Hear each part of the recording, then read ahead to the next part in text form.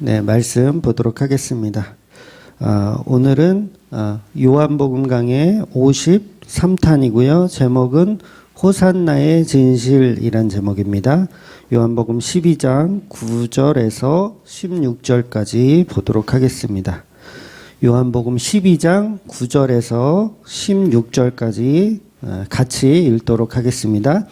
유대인의 큰 무리가 예수께서 여기 계신 줄을 알고 오니 이는 예수만 보기 위함이 아니요 죽은 자 가운데서 살리신 나사로도 보려 함이로라.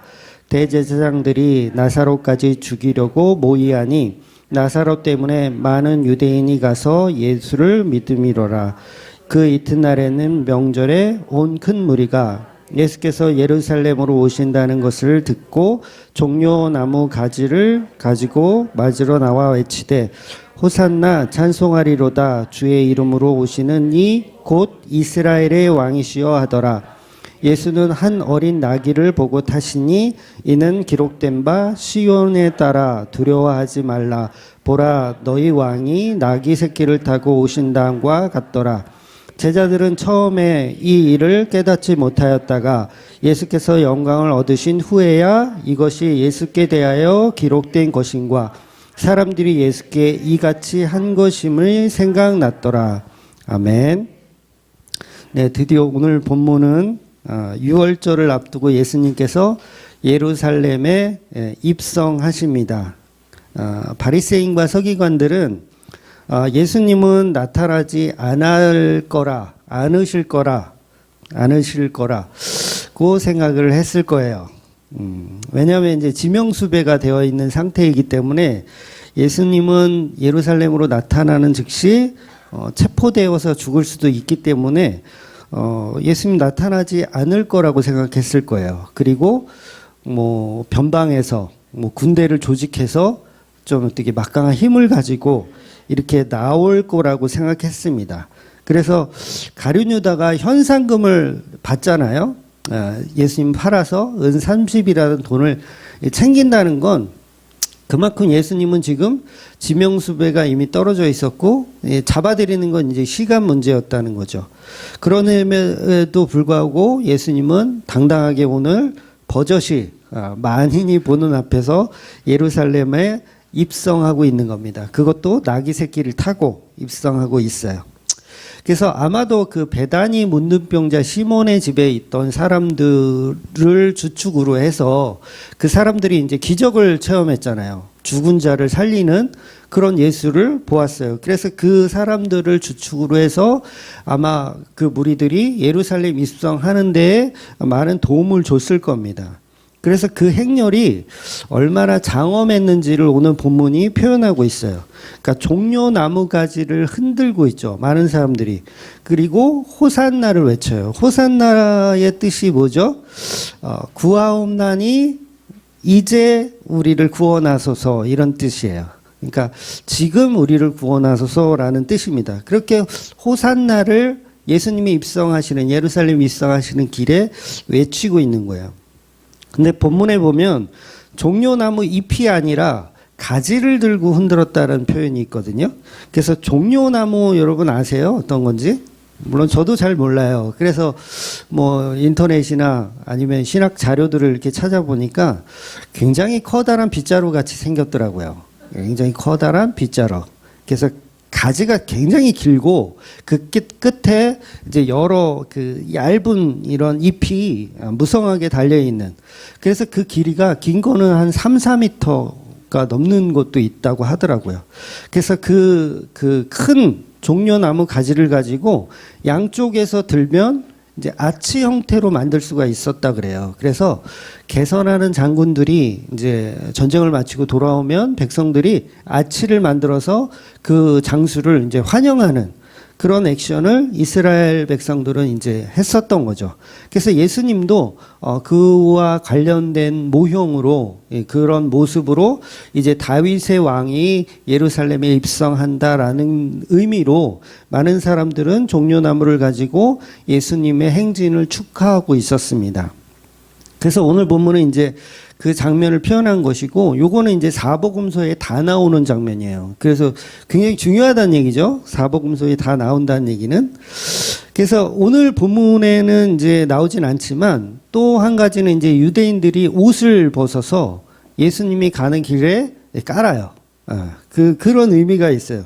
그런 의미가 이제 나의 것을 버려서 그분을 높여드린다는 의미가 있는 거죠. 그래서 유대인들에게는 옷을 벗는다는 것은 나는 당신의 종입니다라는 표현도 속해 있어요. 그래서 당신에게 완전히 순복합니다. 당신은 왕이시고 우리는 당신의 백성입니다라는 의미로 옷을 벗어서 까는 거예요. 그런데 이런 유대인들의 모든 행동이 정치적인 행동에 불과하다는 게 오늘 설교의 이제 핵심이라는 거예요. 굉장히 이거는 좀 쉬우면서도 어려운 표현이거든요. 많은 사람들이 예수님은 호산나 외치지만 그 속에는 항상 반전이 있더라는 거예요. 그러니까 진심을 다하여서 호산나를 외치잖아요. 지금 가짜인가요? 이들의 외침이? 다 진심이에요. 저분이 우리의 왕입니다라고 표현하고 있어요. 그래서 옷도 벗는 거고 종려나무 가지도 흔드는 거예요. 그런데 성경은 이런 이들 가운데서 항상 반전을 주죠. 굉장히 이 반전이라는 게 오늘 이 설교의 핵심인데 이걸 잘 보셔야 돼요. 그러니까 2주 전에 우리 말씀 제목 기억나시는지 모르겠는데 2개의 십자가라는 제목이었어요. 2개의 십자가. 그러니까 양쪽의 부류들이 나누어져서 바리새인들에 속한 무리들은 예루살렘에서 예수를 찾아서 예수를 죽여서 십자가에 매달아서 우리가 어떤 복을 생사화복의 평화를 누려보자라는 마음으로 예수를 찾았고요.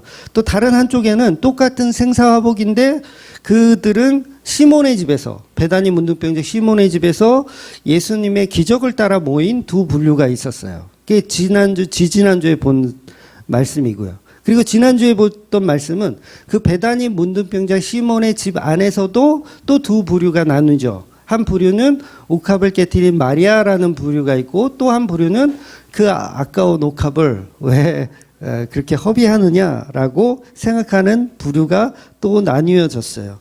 그래서 구제 봉사에 써야 할 그 아까운 것을 왜 예수님께 드리느냐라는 그 부류. 그렇다면 오늘도 또한 반전이 있겠죠. 어떤 반전이 있을까라는 게 계속 성경의 연속적인 반전의 맥락이라는 거예요. 그래서 오늘 본문에서 많은 사람들은 예수님을 환호하고 다윗의 왕으로 외치면서 종려나무 가지를 흔들고 갈 길에 옷을 깔며 예수님을 찬양하고 호산나라고 외치고 있지만 역시 이들의 행동은 겉모습과 달리 실제의 속마음은 복음적이지 않더라는 거예요. 자기들의 영광을 위한 왕으로 예수님께 찬양하며 호산나를 외치더라는 거죠. 자기들을 위한 왕으로. 그러니까 이 표현이 굉장히 중요한 거죠. 이들은 예수님을 왕으로 모시려는 이유와 목적이 있더라는 거예요. 저와 여러분은 없으십니까? 지금 여기서 예배하러 오셨죠, 여러분이. 그랬을 때 내가 예배하는 목적이 따로 있어.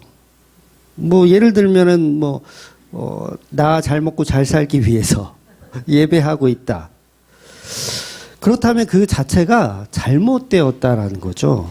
그러니까 유대인들이 지금 이 예수를 왕으로 모셔서 우리가 좀 잘 살아보자라는 목적으로 호산나를 외친다면 그건 예배가 아니라는 거예요. 우리도 똑같죠. 우리가 예배 잘 드려서 한번 내 인생을 성공시켜 보자. 그런 마음으로 예배를 드리고 있다라면 우리 역시 이들과 별반 다르지 않은 호산나를 외치고 있다라는 거예요. 여러분, 피조물은 창조주에게 예배하는데 이유가 있습니까? 이유가 있어요? 없어요. 그냥 창조해 주셨기 때문에 그냥 하는 거예요.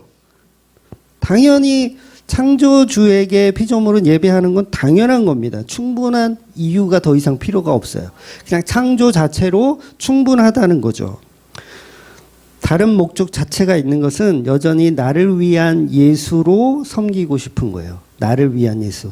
결국 그게 출애굽기에 나오는 황금 송아지인 거예요. 우리를 위한 하나님을 만들어 보자라고 생각하는 거. 저와 여러분 피조물이기 때문에 당연히 예수님 앞에 왕으로 모시는 건 당연한 것인데 우리는 거기에 계속 조건을 달기를 좋아하더라는 거예요. 결국 이들은 가짜로 다 들통이 나는 겁니다. 그래서 우리가 호산나를 외치는 그 자체로는 문제가 없어요. 호산나 외치셔야 돼요, 여러분. 찬양할 때도 호산나 찬양을 해야 돼요. 해야 되지만 그 호산나 속에 진짜와 가짜가 나뉘더라는 거죠.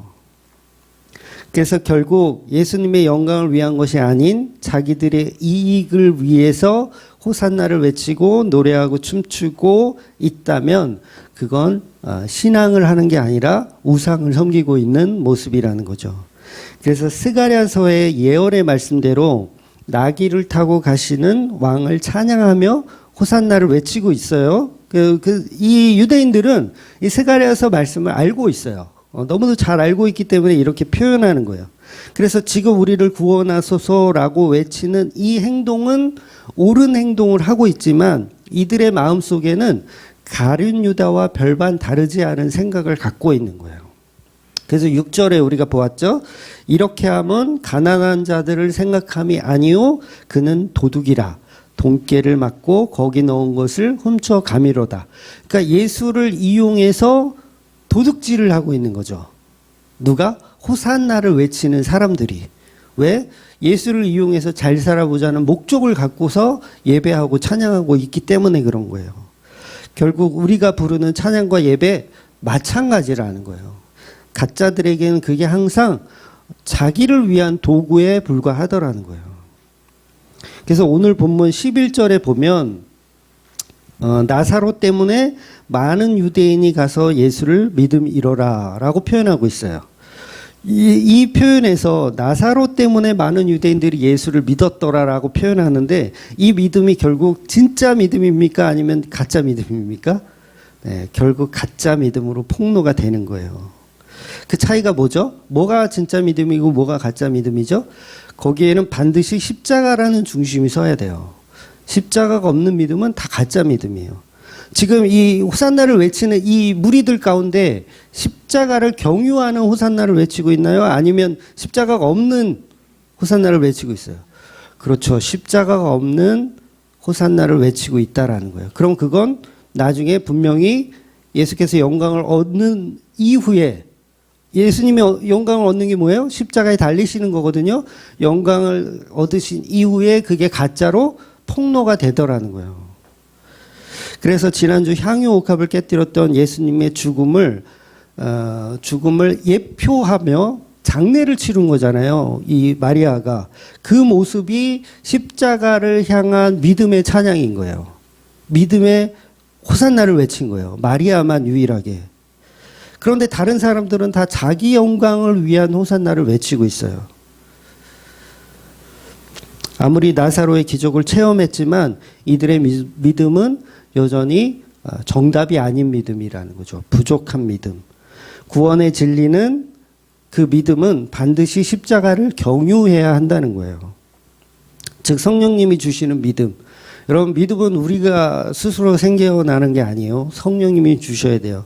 그런데 성령님이 주시는 믿음은 반드시 십자가를 경유한다는 거죠. 그래서 십자가를 경유한 사람만 호산나를 외칠 자격이 주어지는 거예요. 사실은.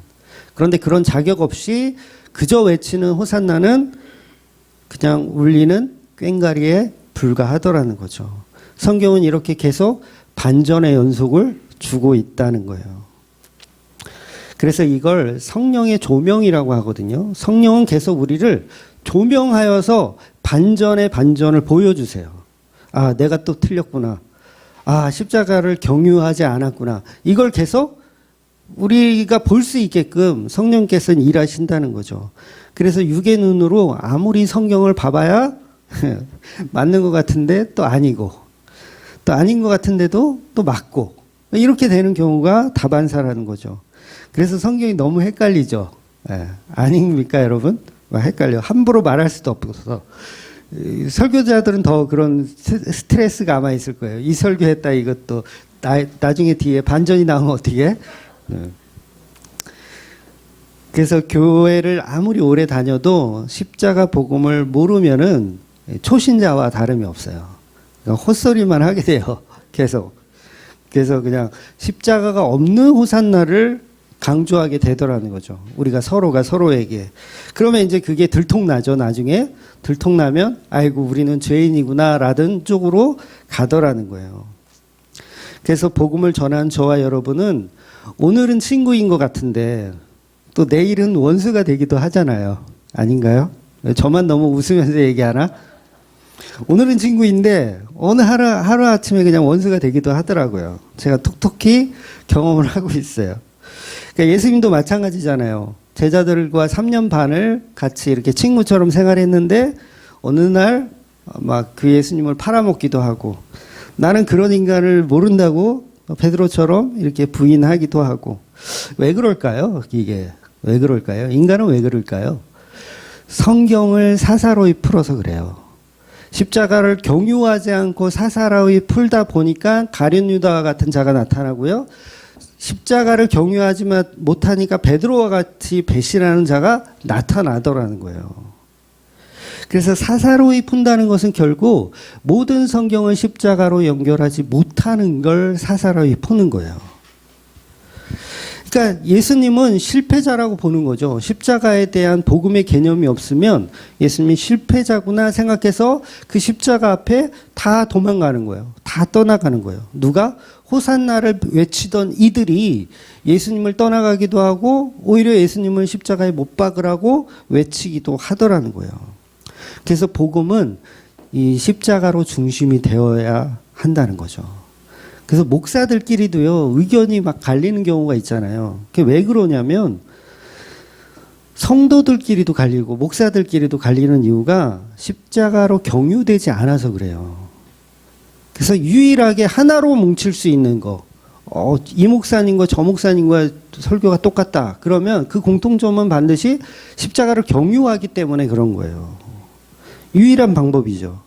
그런데 지금의 한국교회는 십자가 복음이 없으니까 여러 가지 파당이 생기고 또 이단들이 왜 이렇게 많은지 모르겠어요. 한국은 특히 더 많은 것 같아.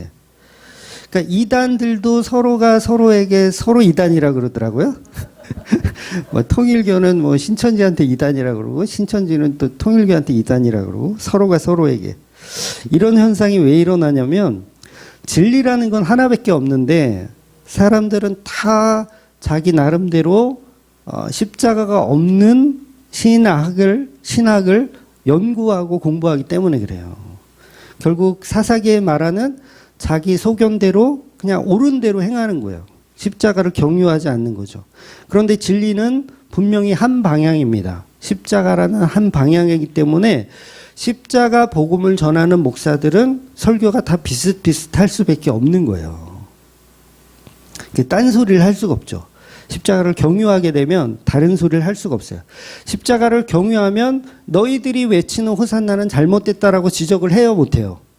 할 수밖에 없잖아요. 다른 설교가 어디 있어요? 지적할 수밖에 없는 거예요. 그러니까 설교가 십자가를 경유하면 똑같은 이야기를 하게 되는 거예요. 목사든 뭐 여러분들이든 뭐 누구든 십자가 복음을 경유한다면 같은 복음을 전하게 되어 있다라는 거죠. 그래서 기독교는 예수님의 피의 소식을 전하는 곳이고 듣는 곳이에요. 다른 게 없어요. 다른 거 들으러 오셨습니까, 여러분? 예수님의 보혈 말고 다른 거 들으러 오셨으면 잘못 오셨어요. 그런데 오늘날의 교회들을 보면 예수님의 피는 없고 전부 인간들의 생사화복을 위한 내용들이에요. 그렇잖아요. 나의 영광, 나의 만족, 미안하지만 그런 건 신앙이 아니라고 성경이 이야기하더라는 거죠. 오늘 본문의 종려나무 가지를 흔드는 수많은 무리 중에 그냥 하나일 뿐밖에 되지 않는 거예요. 이런 자들은 예수님을 붙잡고 십자가를 붙잡고 구원해 주소서라는 말을 안 해요. 그렇잖아요. 오히려 호산나를 외치던 자들은 돌변하여 예수를 십자가에 못 박아 죽여야 된다라고 외치는 쪽으로 이제 변질될 거예요. 이제 곧 그렇게 됩니다. 그러니까 저와 여러분이 진리를 고수하기 위해서 성경이 무엇이라고 하는지, 그 성경이 십자가를 어떻게 경유하고 있는지를 늘 문맥과 문맥을 통해서 반전과 반전을 통해서 보아야 한다는 거죠. 결국 그 반전은 십자가의 완성이더라는 거예요. 그래서 그 눈으로 성경을 바라봐야 합니다. 그런데 그런 눈이 없으면 결국 머리 좋은 신학자들이 얼마나 교리를 두껍게 만들어요. 신학 교리를. 무슨 신학 교리를 무슨 몇 년씩 배워요? 안 그렇습니까?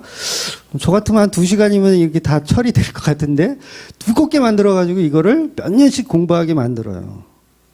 십자가 복음이 없게 되면 그런 현상이 일어나는 거예요. 그래서 진리는요, 머리 좋은 사람만 이해할 수 있는 분야가 아니에요.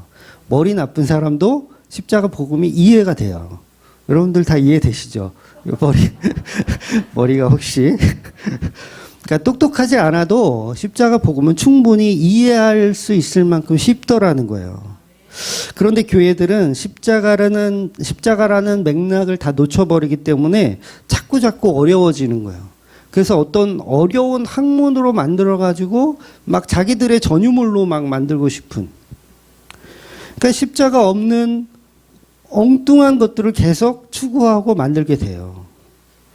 여러분 오늘 종려나무 가지 하면 떠오르는 날이 있지 않아요? 종려주일이란 날? 알고 계셨어요? 종려주일은 이거 얘기하는 거예요. 이 호산나를 외치는 이 날. 그러니까 성경 어디에도 종려주일이라는 말은 없어요. 종려절기라는 말도 없고요. 근데 왜 교회들은 이런 걸 만들어 놓을까요? 결국 장사하고 싶은 거예요. 왜 이렇게 절기를 많이 만들까? 십자가를 경유하지 못하기 때문에 그래요. 십자가를 경유하면 종려주일은 별 의미가 없는 거예요. 전부 십자가로 통용이 되는 거죠. 하나님은 한 번도 종려주일을 지키라는 말이 없는데 우리 인간들은 이 호산나를 엉터리로 해석해 놓고 종려주일을 지키더라는 거죠.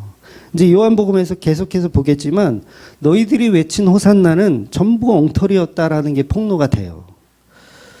그런데 결국 우리들은 종려주일이라는 걸 만들어 놓고 우리 자아의 확장을 위한 도구로 성경을 써먹고 있더라는 거죠. 아직도 월삭 예배 드리는 교회가 그렇게 많더라고요. 월삭 예배. 그러니까 저희 카페에 들어오는 검색어를 제가 확인해 볼 수 있거든요. 그러면 항상 월 말이나 월 초가 되면 항상 1위를 하는 검색어가 있어요. 그게 뭐냐면 월삭 예배예요. 그러니까 아직도 월삭 예배 헌금을 얼마 해야 되는지 궁금해가지고 그거를 네이버에 치는 거야, 사람들이. 그러니까 이미 날과 절기는 예수님의 십자가로 다 끝나버렸는데도 많은 교회들은 그런 것들을 추구하고 있더라는 거죠. 오직 십자가로 피로 이루신 그 구원 앞에 호산나를 외쳐야 하는데 사람들은 절기 속에서 호산나를 찾고 있더라는 거예요. 나의 민족의 해방을 위해서, 나의 생사화복을 위해서, 로마로부터의 자유를 얻기 위해서 종려나무를 흔들고 호산나를 외치더라는 거죠. 결국 예수를 이용하여 부자 한번 돼보자예요. 부자 한번 돼보자. 만사형통 한번 이루어보자. 예수를 이용하여 잘 살아보자. 호산나의 방향성과 전혀 다른 방향성으로 가고 있는 거죠. 여러분 다시 말씀드리지만 성도가 호산나를 외치는 건 당연한 겁니다. 그 자체가 잘못된 게 아니에요. 그러나 이 말씀을 우리를 목적으로 해서는 안 된다는 거예요. 그러니까 요한계시록에 보면 이 호산나를 외치는 장면이 또 한 번 등장을 하거든요. 한번 볼게요. 요한계시록 7장 9절에서 10절이에요. 같이 읽을게요. 2일 후에 내가 보니 각 나라와 족속과 백성과 방언에서 아무도 능히 셀 수 없는 큰 무리가 나와 흰 옷을 입고 손에 종려가지를 들고 보좌 앞에 어린 양 앞에 서서 큰 소리로 외쳐 이르되 구원하심이 보좌에 앉으신 우리 하나님과 어린 양께 있도다 하니. 자, 요한계시록도 보면 종려나무 가지를 흔드는 모습이 나와요. 그러니까 호산나를 외치는 거예요. 지금 구원하소서 이 말씀을 하고 있거든요. 근데 이 행동 자체는 문제가 아니에요. 이건 우리가 천국 가서도 해야 될 찬양이에요. 호산나를 외치고 나를 구원하소서는 성도들이 해야 할 것. 그런데 중요한 건 뭐냐면 9절의 말씀처럼 하나님의 어린 양에게 있다가 중요한 거예요.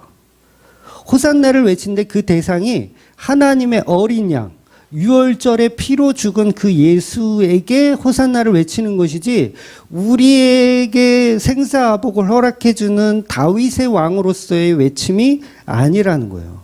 요한계시록은 어린 양의 피를 우리가 호산나 외쳐야 된다는 얘기를 하는 거예요. 그런데 지금 유대인들이 본문에서 예수의 피를 가지고 호산나를 외치고 있습니까? 전혀 아니잖아요. 그러니까 교회들도 똑같죠. 예수님의 피가 없는 외침은 다 쓸데없는 짓을 하더라는 거예요. 그러니까 우리가 전부 정치적인 메시아를 꿈꾸죠. 대통령 한번 잘 뽑아서 잘 살아보자. 그 마음 갖고 있잖아요, 여러분. 아닙니까? 예수 잘 믿어서 세상에서 한번 왕처럼 살아보자. 떵떵거리며. 그러니까 종교에서 말하는 어떤 수호천사의 개념, 신령님 모시듯이 산에는 산신령, 물에는 용왕, 이런 거 모시듯이 예수께 경배하여 그 왕의 힘을 좀 얻어내보자. 이런 거. 그러니까 나를 잘 살게 해줄 왕으로서면 내가 호산나를 외쳐줄게요. 이걸 헛된 호산나라고 하는 거예요. 십자가가 없는 예수님의 영광은 다 엉터리죠. 그래서 교회들이 외치는 호산나가 예수님이 이루신 십자가로 귀속되지 않는다면 소리나는 구리와 울리는 꽹과리가 되는 거예요. 아까도 말씀드렸잖아요. 결국 사랑이에요. 사랑. 이게 사랑 이야기잖아요. 사랑장에서 나오는. 예수님의 사랑은 십자가로 완성이 되는 거예요. 그런데 이들이 외치는 지금 호산나 속에는요, 예수님의 사랑이 전혀 없어요. 십자가로 이루신 사랑은 없고, 그냥 나에게 잘 먹고 잘 살게 해줄, 그건 사랑이 아닌 거죠. 남편을 이용하여 한번 편안하게 한번 살아보자. 네, 표현이 좀 그런가요? 늙은 남편 하나 늙은 남자, 돈 많은 늙은 남자 하나 꼬셔서 한번 여생을 편안히 한번 살아보자. 그런 심보는 호산나가 아니라는 거예요. 그래서 성도는 복 받으려고 호산나 외치는 게 아니에요. 성도는 복 받으려고 호산나를 외치는 게 아니라 나의 남편이 너무 사랑스러워서 십자가로 이루신 그 사랑이 너무 사랑스러워서 호산나를 외치는 거예요. 모양은 똑같으나 내용은 전혀 다르다는 거죠. 그런데 오늘 본문의 수많은 무리들은 예수님을 사랑해서 종려나무 가지를 흔드는 호산나가 아닌 나의 민족적 해방과 정치적인 목적으로 흔드는 종려나무 가지라는 거예요. 그러니까 종려주일에 헌금 봉투를 내면서 복을 간구하는 자들하고 똑같은 거죠. 여러분, 이스라엘 백성들은요, 이미 선민 사상이 있어요. 그러니까 구원의 확신이 있어요, 없어요? 있어요. 이스라엘 백성들은 구원의 확신이 있어요. 그런데 왜 호산나를 외치고 있어요? 이거 모순 아니에요? 구원의 확신이 있는 것들이 왜 호산나를 외치죠? 그러면 이들이 외치는 호산나는 정말 나를 구원하소서가 아닌 거예요. 구원은 이미 받아놨고, 구원 말고 정치적으로 우리가 좀 잘 먹고 잘 살아보고 싶은 그 호산나를 외치고 있던 거예요. 그렇다면 구원의 확신이 있는 한국 교회들, 한국 교회가 구원의 확신 엄청 많잖아요. 그거 가리키죠. 구원의 확신도 없는 거가 무슨 예배를 드리냐고. 그러면 그들이 외치는 호산나는 뭐예요? 다 엉터리잖아요. 구원은 다 받아놨다며. 구원의 확신이 있다며. 그러면 그들이 외치는 호산나는 모순이 되는 거예요. 그럼 무슨 호산나를 외치는 거예요? 구원은 이미 받았으나 이 땅에서 좀 잘 먹고 잘 살게 해주고, 또 천국 가서도 더 편안하고 더 멋진 집에 살 수 있도록 구원하소서. 그런 구원을 바라고 있는 거죠. 그런데 정말 호산나를 외칠 수 있는 자들은 뭐예요? 구원이 불가능한 자들. 그러니까 창녀, 고아, 나그네, 문둥병자, 뭐 소경 이런 사람들은 뭐예요? 구원하소서를 외치는 거예요. 진심을 다한 구원하소서. 결국 죄인들이 외칠 수 있는 게 호산나지 구원의 확신이 있고 바리새인들처럼 막 우리는 이 선민 사상이 있어서 구원은 따놓은 당상이라고 하는 자들에겐 구원의 호산나는 사치에 불과하다는 거죠. 결국 그들은 다윗의 왕으로 등극하지 못하는 예수는 십자가에 죽여버려야 된다고 돌변을 하게 되는 거예요. 왜? 복을 안 주니까. 그래서 교회를 다녀도 복 안 준다 그러면은 떠나잖아요. 여러분 안 그러십니까? 그래서 반대로 또 완전히 망하면 또 예수 찾죠. 네, 완전히 망하면 예수 찾고. 희한해요, 인간들은. 그래서 18장에 들어가면 예수님 잡히시니까 오늘 호산나 외치던 자들이 전부 단합해서 예수를 십자가에 죽이라고 이렇게 얘기하는 거예요. 그들이 왜 그럴까요? 자기들이 원하는 다윗의 왕이 아니라서 그래요. 십자가에 죽는 예수님은 우리에게 복을 줄 수 있는 왕이 될 수 없다는 거죠. 그래서 오늘 본문에 이들이 외치는 호산나는 모두 가짜 호산나입니다. 예수를 이용하는 가짜들이라는 거죠. 그런데 성도는 절대 그 모습으로 가지를 않아요. 교인들은 예수님을 예배할 때 피조물로서 당연히 하는 겁니다. 그 예수를 사랑해서 예배하는 거지 어떤 목적을 가지고 예배하는 게 아니에요. 아까도 말씀드렸지만 교회들이 흔히 쓰는 표현 중에 예배에 성공하면 인생에 성공한다. 그런 표현 정말 흔하게 많이 쓰는 교회예요. 저도 어릴 때 교회 다닐 때 그 표가 우리 교회 표어였어요. 예배에 성공하면 인생에 성공한다. 이 인생에 성공하기 위해서 예배드립니까, 여러분? 그 자체가 마귀적 발상인 거예요. 예배를 이용하여 잘 살아보자. 예수를 이용하여 잘 살아보자. 미안하지만 예수님은 이 땅의 왕으로 등극하시는 것이 아니라 성도는 종려나무를 흔드는 것이 아니고 마리아처럼 장례를 치러주는 거예요. 예수님께 옥합을 깨뜨려서 장례를 치러주는 거. 결국 성도는 십자가를 봐야 한다는 거죠. 그 십자가를 보는 자가 진짜 호산나를 외치고 있는 거예요. 그런데 십자가 보는 그 마음은 없고 그냥 다윗의 왕으로 등극해서 복이나 달라고 하는 십자가와는 전혀 무관한 신앙생활을 하고 있는 거죠. 그래서 늘 인간들은 십자가와 반대로 가기를 좋아해요. 그래서 오늘 본문에서 예수님은 왕의 모습으로 나귀를 타고 입상하시는데 이 왕의 개념 자체가 십자가 복음에서 인간들이 생각하는 왕하고 예수님이 생각하는 왕하고 좀 다르죠. 완전히 다르죠. 조금 다른 게 아니라 완전히 달라요. 즉 본문에서 유대인들은 성경 지식이 있어서 스가랴서에 나오는 왕으로 생각하여 그는 겸손하여 나귀를 탄다고 생각했을 거예요. 스가랴서 9장에 보면 나오거든요. 그 나귀 타는 예수님과 그 백성들이 그 호의를 지금 하고 있잖아요. 호의무사잖아요. 어떻게 보면 우리 교회도 호의무사란 단어를 가끔 쓰는데 그 호의무사들이 이제 영광을 받아서 그 일을 이렇게 수행하는 걸로 유대인들은 생각한 거예요. 그러니까 이 부분은 제가 오늘 설교가 너무 길어서 이제 오후에도 이제 그 맥락이 비슷해서 오후에 좀 보충해서 설명드릴 건데 곧 이게 무슨 얘기냐면 예수님이 예루살렘 입성과 동시에 군사적으로 정치적으로 유대인 그러니까 로마인들을 몰아내고 다윗의 왕국을 다시 건설할 왕으로 생각한 거예요. 유대인들은. 그래서 스가랴서의 내용을 가지고 인용해서 생각하고 있는데 그 스가랴서의 본질은 또 그게 아니에요. 이게 어떻게 보면 이게 골 때린 건데 성경을 잘 해석을 못한 건데 그런데 그래서 본문에서 뭐라 그러냐면 예수께서 영광을 얻은 후에야 이들이 왜 그랬는지를 알게 됐다라고 표현을 하거든요. 그래서 예수님은 왕은 왕인데 정치적 군사적인 왕으로 오신 것이 아니라 침뱉음을 받으시고 조롱받는 자색 옷을 입으시고 무능력한 왕으로 오시더라는 거예요. 그러니까 몇 명의 제자들까지도 예수님을 끝까지 지켜보거든요. 예수님 잡혀가는데도 빨리 도망 안 가고 베드로도 그랬잖아요. 계속 쫓아가요. 왜 쫓아갈까요?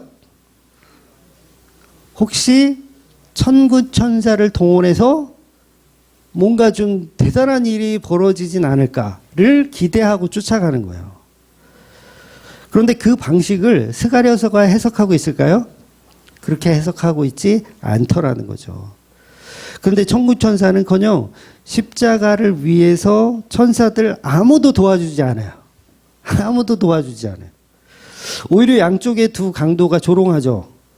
너도 구원하고 나도 구원해봐라. 이런 식으로 조롱해요. 예수님 신문 받으실 때도 그런 말씀 하셨어요.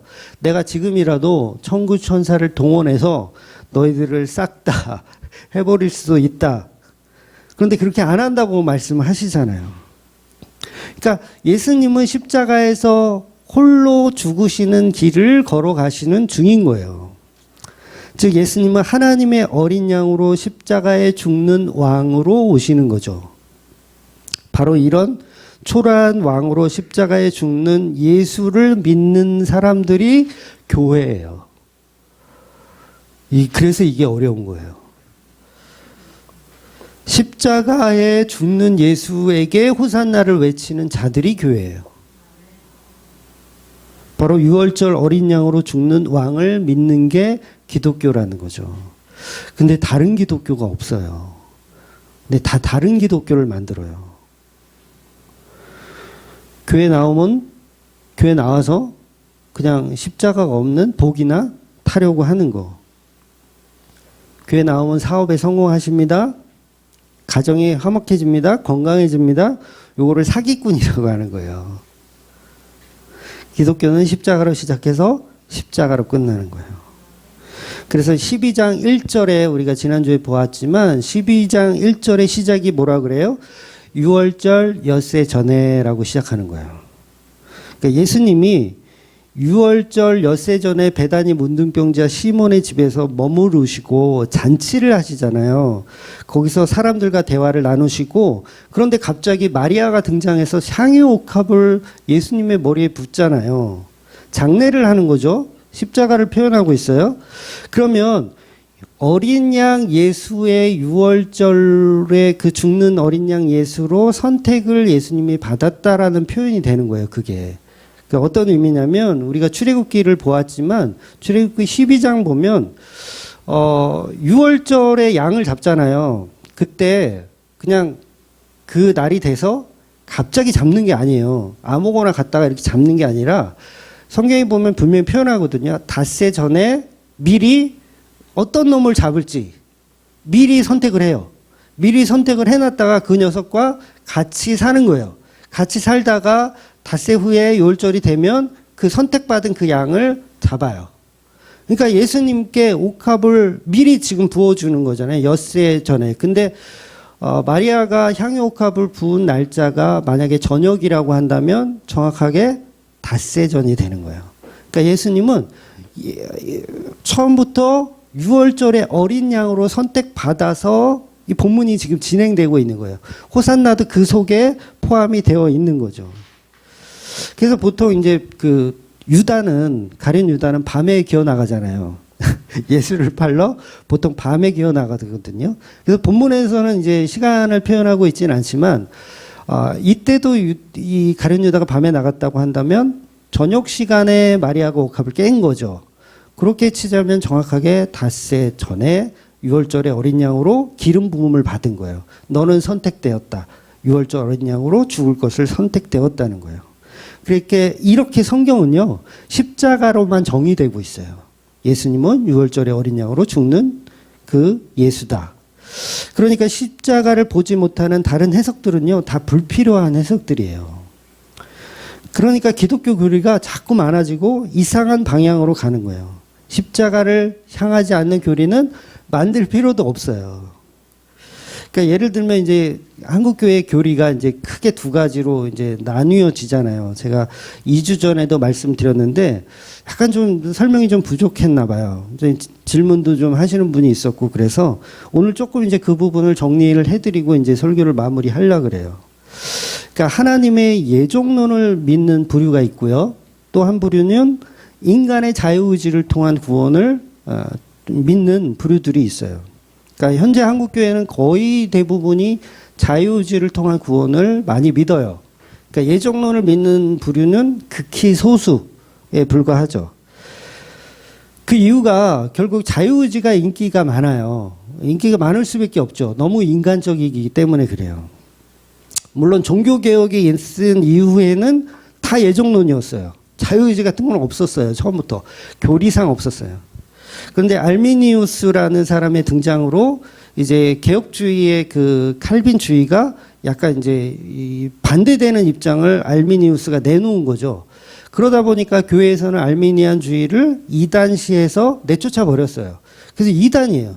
그런데 어느 순간 세월이 좀 흘러서 이제 웨슬리라는 사람이 또 나타나 가지고 하나님의 예정론을 가지고 뭘로 바꿨냐면 예정이라는 걸 바꿨어요. 살짝 약간 혼합을 시킨 거예요. 알미니안주의를 혼합을 시켜 놓은 거예요.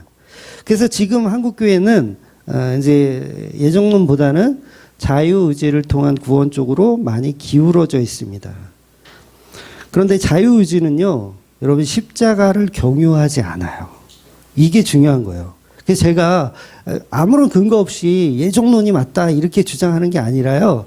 자유의지 속에는 예수님의 십자가를 경유하지 않기 때문에 예정론이 맞다고 말씀을 드리는 거예요. 그러니까 뭐 장로교만 옳다. 뭐 감리교나 성결교는 다 틀렸다. 그 얘기를 하는 게 아니고요. 십자가를 경유하지 않더라는 얘기를 하는 거예요. 이것이 왜 그런가 하니 이제 조금 어려울 수 있지만 한번 잘 들어보세요. 하나님이 천지를 창조하시고 아담과 하와를 만들었어요. 그런데 문제는 선악과를 하나님이 만드셨기 때문에 사람들은 선악과를 먹고 안 먹고의 결정을 인간이 해야 되고 그 결정에 따라서 구원이 주어지고 안 주어지고 결정되어진다는 게 자유의지가 주장하는 논리예요. 굉장히 그럴듯한 얘기죠. 다른 논리가 반박해 들어갈 만한 게 없어요. 왜냐하면 선악과 만들었잖아. 그러면 이거 선택이잖아요. 그러면 선택된 백성 중에서 선악과를 먹고 안 먹고 천국과 지옥이 결정되는 게 이게 뭐가 잘못됐냐는 거예요. 그래서 많은 사람들이 그쪽으로 가요. 그게 맞구나. 근데 제가 말씀드렸죠. 거기에는 십자가를 경유하지 않더라는 거예요. 결국 이런 사고가 앞으로 일어날 십자가의 사건까지 연결하지 못하는 발상이에요. 즉 어떤 반전 영화든지요. 끝까지 봐야 되죠. 반전 영화 끝까지 봐야 돼요. 처음에 등장하는 등장인물 중에 막 되게 잘해줘. 근데 나중에 보니까 살인자였어. 그런 경우가 많잖아요. 그러니까 창세기 1장 본다고 해서 범인을 찾을 수 있을까요? 못 찾아요. 2장, 3장 다 필요해요. 계속 봐야 되는 거예요. 그 유주얼 서스펙트라는 영화 아시죠? 그 반전 영화의 거의 교과서 같은 영화인데 저도 20대 때 이 영화를 보고 정말 기가 막히다는 생각을 했던 적이 있는데 범인이라고 생각을 못했어요, 저도.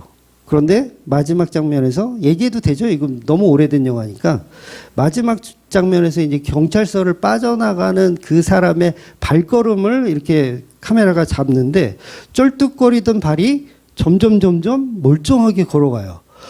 그 장면에서 좀 굉장히 충격을 받았었는데 성경은 이렇게 반전이 있더라는 거예요. 십자가라는 영광으로 그래서 반전을 해석하지 못하면 바른 해석을 할 수가 없어요. 자, 그럼 다시 에덴 동산으로 한번 돌아가 보겠습니다. 왜 하나님은 선악과를 만드셨는가? 이걸 우리가 봐야 되죠. 왜 하나님은 선악과를 만들었는가? 이건 누가 보더라도 인간에게 자유의지를 준 것이고 하나님이 인간에게 시험 문제로 준 것이라고 보는 게 자연스러워 보여요. 그런데 문제는 뭐냐면 반전이 있다라는 거예요. 반전이 있다라는 건 180도 달라지는 거예요. 내용이 다시 수정되는 거예요. 반전이 없다면 예정론이 틀린 게 맞습니다. 근데 반전이 있다면 예정론이 틀린 게 아니에요. 성경 전체가 그 반전을 말하고 있거든요. 십자가라는 반전을 말하고 있어요. 성경 전체에 선악과를 처음 먹은 아담과 하와가 지옥에 갔다고 표현할까요? 천국에 갔다고 표현할까요? 천국에 갔다고 표현해요. 아담과 하와는 천국에 갔다. 자, 보세요. 교회는 곧 여자잖아요. 여자. 교회는 여자예요. 그 여자라는 표현 자체를 이제 성경의 여러 군데에서 이제 하고 있는데, 예를 들면 뭐 여자여 교회에서 잠잠하라. 그러면 이제 우리 여자들은 잠잠해야 되는구나. 목사 안수는 남자만 받아야 되는구나. 장로는 남자만 받아야 되는구나. 이렇게 해석하는데 그게 아니라 여자라는 표현 속에 예수 그리스도의 신부된 교회를 표현하는 거잖아요. 그래서 복음을 모르면 교회에서 떠들지 말라. 그 얘기거든요. 또 아담은 성경에서 그리스도의 예표로 표현하기도 해요. 그렇죠? 첫 번째 아담은 아담이고 두 번째 아담은 누구예요? 예수님이잖아요. 그래서 제가 흔히 이제 자주 얘기했었던 타락한 여자가 건네준 선악과를 타락하지 않은 남자가 받아 먹는다는 것은 곧 아담이 예수 그리스도의 예표라는 거예요. 결국 선악과를 통한 반전을 하나님이 심어 놓으셨다는 거죠. 자, 이 내용이 잘 이해가 안 되더라도 일단 반전이 있다라는 걸 좀 주목해 보셔야 돼요. 선악과를 만들었는데 그게 끝이 아니라 반전이 있더라. 요걸 분명히 기억하셔야 돼요. 그러니까 예를 하나 들어드리면, 여러분이 대학 시험을 보려고 그래요. 대학에 합격하려고 대학 시험을 보려고 그래. 근데 문제가 나오겠죠? 문제가 한 문제예요. 맞히면 합격이고요. 틀리면 집에 가야 돼요. 근데 문제가 딱 주어졌어요. 근데 틀렸어요. 그럼 어떻게 해야 돼요? 집에 가야 되죠. 근데 반전이 있어요. 잠깐 멈춰보래요. 틀렸는데 잠깐 멈춰보래요. 그 왜 요새 하는 그 Sing Again 맞나요?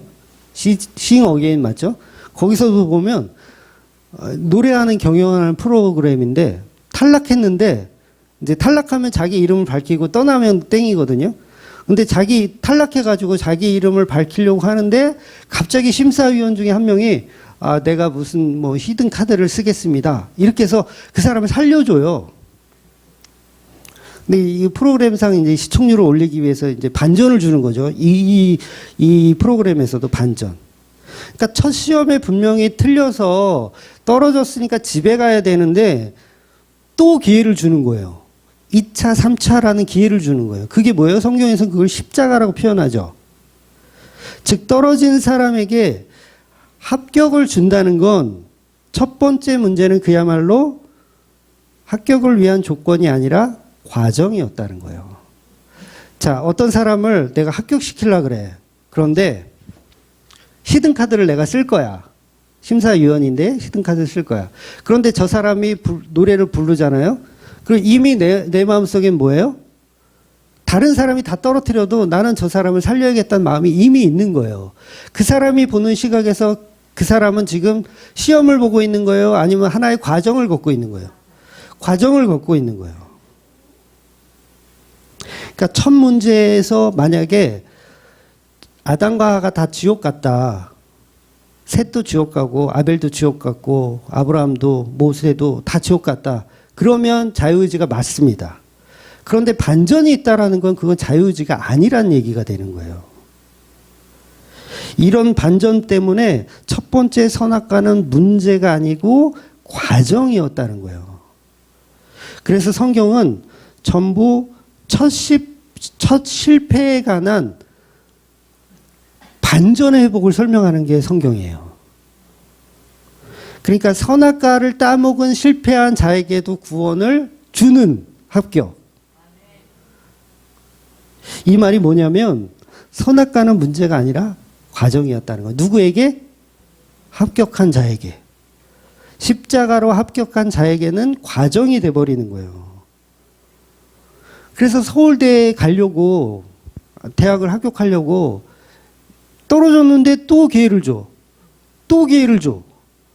그럼 뭐예요? 전부 가정인 거예요. 물론 그 심사위원 중에 분명히 우리 삼촌이 있거나 누가 있겠죠. 계속 기회를 준다는 건. 그러니까 십자가라는 반전이 숨어 있다라는 건 처음부터 선악과는 문제가 아니고 과정. 예를 들면 국어시험 볼 때 지문 같은 거였던 거예요. 지문. 진짜 합격의 기준은 선악과가 아니고 십자가예요. 이해가 되시죠? 선악과는 율법입니다. 구원은 율법으로 받는 게 아니라 십자가로 받는 거예요. 그렇다면 자유의지가 틀렸구나라까지 도달을 하셔야 돼요. 선악과 이외에 십자가가 없다면 그건 자유의지가 맞아요. 그런데 십자가라는 반전이 있기 때문에 이건 자유의지가 아니라 예정론이 맞게 되는 거예요. 그러니까 구원의 기준인 십자가를 믿지 않으니까 첫 번째 문제인 선악과를 보고 자유의지라고 믿는 거예요. 그들은 십자가를 경외하지 못하는 사람들인 거예요. 즉 성경은 선악과는 시험 문제가 아니고 처음부터 십자가를 알기 위한 하나님의 표현. 그래서 율법을 통해서 너희가 죄를 깨닫고 예수님의 은혜를 알아야 된다라는 게 성경 전체의 맥락이잖아요. 그리스도를 표적해야 된다고 표현하는 거예요. 성경은 이렇게 너무나도 많은 내용을 가지고 예수 그리스도의 십자가의 반전을 표현하더라는 거예요. 그런데 어떻게 우리가 아직도 자유의지가 맞다라고 우기고 있어요. 그건 십자가 모르는 사람들이나 하는 얘기죠. 그러니 처음부터 제가 들어올 것을 재창조의 역사에서 하나님이 알고 계셨던 거예요. 그렇다면 이제 또 문제가 하나 생기죠. 수준 낮은 사람들은 또 그런 질문을 할 거예요. 왜 하나님은 죄를 막지 않으시고 방관하셨느냐? 이렇게 질문하겠죠. 선악과는 왜 만들어서? 죄를 방조하신 거 아니냐? 충분히 납득이 가는, 인간적으로 보면 납득이 가는 얘기죠. 하나님이 결국 죄를 방조하셨고 죄를 만드신 거 아니냐. 그 통로를 만들지 말았어야지. 근데 문제는 뭐냐면 죄의 개념 자체도 우리 인간들은 그걸 해석해낼 능력이 없어요. 즉 선악과가 동산 중앙에 있었던 것은 인간이 볼 때는 한없는 죄의 모습이죠. 죄의 통로죠. 근데 하나님이 볼 때는요, 죄의 통로가 아니에요. 사랑의 통로예요. 이 차이를 성경이 말하고 있는 거예요. 그래서 제가 이 죄에 관해서 아주 쉽게 예를 들어서 설명을 드릴게요. 늘 짧게 한다고 해놓고서 오늘도 또 길어지고 있는데 약간 19금 설교니까 잘 이해하고 들으세요. 여러분 부부가 서로 사랑을 하는데 옷을 벗고 사랑하잖아요. 에? 아닌가요? 네, 쑥스럽나요? 결혼하신 분들은 다 경험이 있죠. 막 우리는 사랑할 때 막 패딩 입고 막 오리털 잠바 입고 뭐 사랑한다. 그런 부부는 없잖아요. 일단 벗고 시작합니다. 그 외국 영화 같은 데 보면 문 열고 들어가는 순간부터 막 이렇게 막 이러면서 막 하나씩 벗으면서 막 침실까지 들어가더라고요. 그러니까 부부가 서로 탈의를 하고 사랑을 나눌 때 때와 장소만 가린다면 제3자가 볼 수는 없겠지만 만약에 제3자가 보더라도 그 모습을 가지고 저렇게 음란할 수가 라고 이야기하는 사람이 있을까요? 부부가 서로 이 탈의하고 사랑을 나누는데 음란해 라고 표현하는 사람은 없어요. 오히려 부부관계가 저렇게 좋을 수 있을까? 금술이 저렇게 좋을 수 있을까라고 얘기하지 그걸 이상하게 보는 사람은 없어요. 만약에 그걸 음란하게 본다면 그분이 정신과 치료를 받아야 돼요. 그러니까 어릴 때 무슨 트라우마가 있다든가 그런 분일 거예요. 그런데 건강한 부부는 남녀이지만 서로 탈의하고 사랑을 나누어요. 아무런 죄가 아닙니다. 그렇죠? 죄 아니에요. 그런데 문제는 관계가 이상했을 때, 부부가 아니고 불륜일 때 그건 끔찍한 죄예요. 큰일 날 일이에요. 유재석 씨가 뭐 예를 들은 거예요. 유재석 씨가 자기 부인하고 호텔방을 이렇게 드나들어요. 근데 어떤 기자가 그걸 보고 야 유재석 저렇게 음란할 수가 어? 자기 부인과 대낮에 호텔방에 왔다 갔다 하는 저런 음란한 유재석이라고 기사를 안 쓰겠죠. 오히려 저 주체할 수 없는 남성미, 저 주체할 수 없는 건강미, 대낮에도 호텔방을 아내와 출입하는 저 행동, 뭐 멋지다, 뭐 오히려 이렇게 표현을 할 거예요. 바로 이런 개념이라는 거예요. 선악과를 보는 시각은 다르다는 거예요. 우리는 죄인이라서 선악과를 죄라는 안목으로 볼 수밖에 없지만 하나님은 선악과를 사랑의 도구로 만드신 거예요. 전혀 다른 거예요. 똑같이 옷을 벗고 사랑을 나누지만 누구에게는 그게 죄지만 누구에게는 그게 너무도 아름다운 사랑의 표현이라는 거죠. 여러분 조선시대에 보면 첫날 밤에 남편이 아내의 옷걸음을 풀어요. 죄입니까? 경험들이 없으신가요? 죄가 아니에요. 남편이 아내의 옷걸음을 풀어주는 건 사랑입니다. 그리고 그렇게 해야 돼요. 근데 모르는 남자가 옷걸음을 풀었다. 그럼 그 끔찍한 죄죠. 뭐 성추행이라든가 아니면 강간미수가 될 수 있는 큰일 납니다. 잡혀갑니다. 그러니까 똑같은 행동을 하는데 어떤 것은 죄가 되고 어떤 것은 사랑이 되는 거. 즉 하나님이 선악과를 만들었다는 건 사랑하는 아내를 위해서 손을 뻗어 옷걸음을 푸르는 행동이에요. 근데 우리는 한 번도 그분의 아내가 되어본 적이 없으니까 선악과를 죄라고 보는 거예요. 하나님이 우리를 죄에 빠지게 하기 위해서 선악과를 만들었구나. 저런 하나님은 나 안 믿을래. 이게 뭐예요? 한 번도 아내가 되어본 적이 없는 거예요. 근데 실제로 선악과를 통해서 우리의 죄가 입증되어져 예수 그리스도의 십자가의 보혈로 구원받은 사람은 그 선악과마저도 하나님의 사랑으로 보일 수밖에 없는 거예요. 그런데 그 예정이라고 하는 하나님의 사랑을 못 보니까 자유의지로밖에 해석을 못 하는 거예요. 십자가가 없으니까.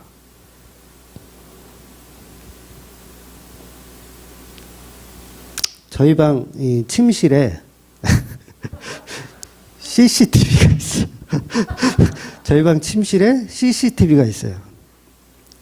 혹시 아내가 이제 바람을 피울까봐 농담이고, 좀 많이 빵 터질 줄 알았던데 많이 심각하시네요.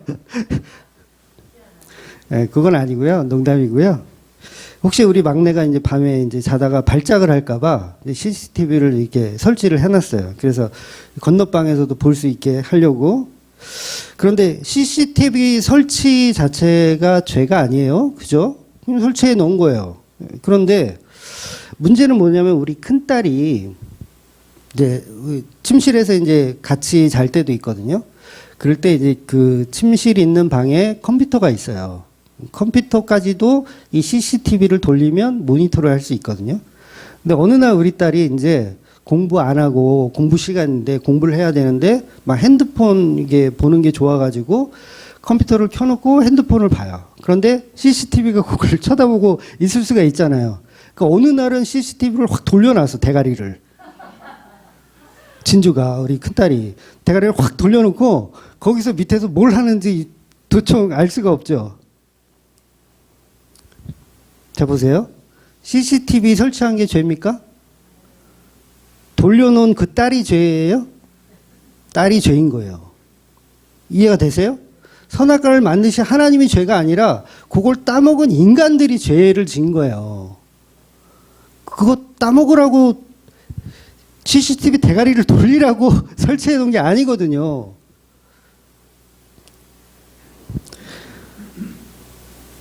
아버지는 자식들을 사랑해서 CCTV를 설치한 거예요.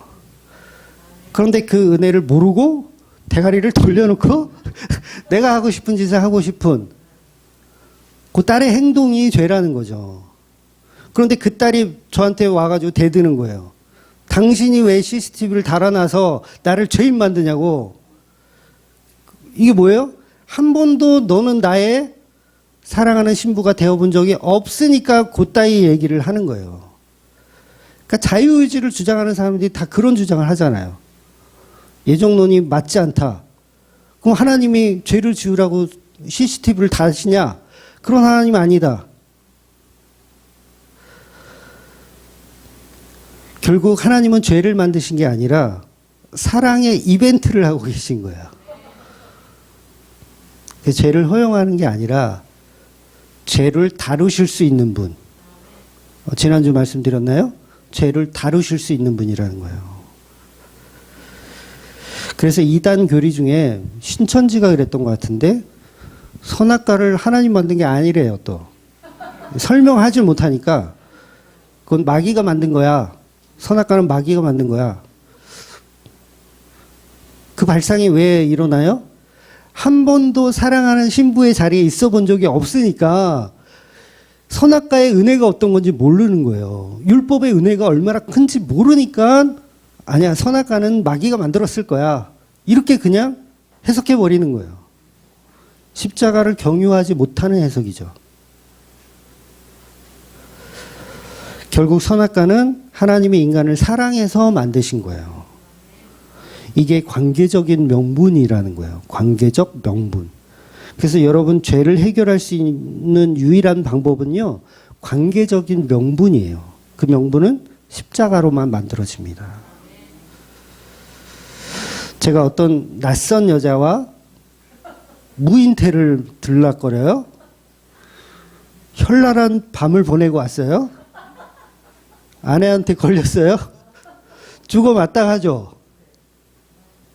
아마 우리 교인들도 이제 우리 목사가 드디어 미쳤다 그러면서 네, 이제 마누라도 이제 당장 이혼하자 그럴 거고 이제 난리가 날 거예요. 그런데 그 무인텔에 제 아내와 제가 들락거렸다면 그건 아무 문제가 없는 거예요. 아마 여러분들이 그럴 거예요. 목사님 주책이에요. 건강미가 너무 넘치시나 봐요. 대낮에도 어쩜 그래요. 막 이렇게 농담을 하겠지만 그건 결코 죄가 아니라는 거예요. 하나님이 선악과를 만들었을 때 사랑하는 내 아내를 위해서 만들었다면 그 어떤 모양이든 행동이든 그건 선한 겁니다. 그런데 우리는 그걸 몰라요. 십자가를 경유하지 못하니까 그거 다 죄인가 보다라고 생각하는 거예요. 그러니 선악과는 죄를 보는 수단일 뿐인 거예요. 그러니까 선악과 안 먹는 법을 연구하는 게 아니라 선악과를 통해서 십자가의 은혜가 얼마나 큰지를 보여주시는 것을 연구해야죠. 그래서 예수님의 십자가를 완성하신 그 은혜를 보는 자들이 성도예요. 처음부터 선악과는 우리의 죄를 알려주기 위해서 우리에게 더 큰 은혜를 주기 위해서 존재했던 사건이라는 거죠. 정말 여러분이 예수님의 아내라면 하나님이 만드신 선악과는 더 이상 죄가 아니고 은혜라는 것을 알게 돼요. 하나님 큰 은혜를 우리에게 베푸시기 위해서 선악과를 만드셨군요. 사랑하는 아내를 창조하기 위해서 재창조하기 위해서 선악과를 만드셨군요. 그 은혜에 놀라지 않을 수가 없는 거예요. 그런데 믿음도 없는 사람들이 그냥 하나님이 죄를 창조했다. 하나님이 죄에 빠지게 방조했다. 이상한 소리 하는 거예요. 그러니까 그 수준밖에 안 되는 거죠. CCTV 대가리 확 돌리는 그 수준밖에 안 되는 거예요. 그러니까 선악과 먹고 안 먹고는 자유의지가 아니었고 처음부터 거부할 수 없는 내 신부 만들기 프로젝트의 한 과정, 율법이라는 과정이었다는 거예요. 그것은 남편이 아내를 얼마나 사랑하는지를 표현하고 있는 모습. 그래서 결국 선악과를 다른 말로 하면 십자가예요. 선악과를 다른 말로 하면 십자가. 그래서 그 십자가를 아는 자들만 진정한 종려 나무가지를 흔들며 호산나를 외칠 수 있는 거예요. 선악과까지도 호산나의 대상인 거예요. 이 선악과를 만드신 은혜 감사합니다라고 나를 구원하시기 위한 선악과였군요. 호산나를 외칠 수밖에 없는 거예요. 그래서 우리는 다윗의 왕으로 등극하는 예수가 아닌 나의 신랑 되신 예수로 나를 너무나 사랑하셔서 십자가를 지러 오신 그 다윗의 왕으로 이 낮은 곳에 내려오셔서 우리를 구원하시는 그 은혜의 예수 그리스도, 나의 신랑 되신 남편으로 사랑하고 호산나를 외치는 저와 여러분이 되시기를 주의 이름으로 축원드리겠습니다. 아멘. 기도하겠습니다.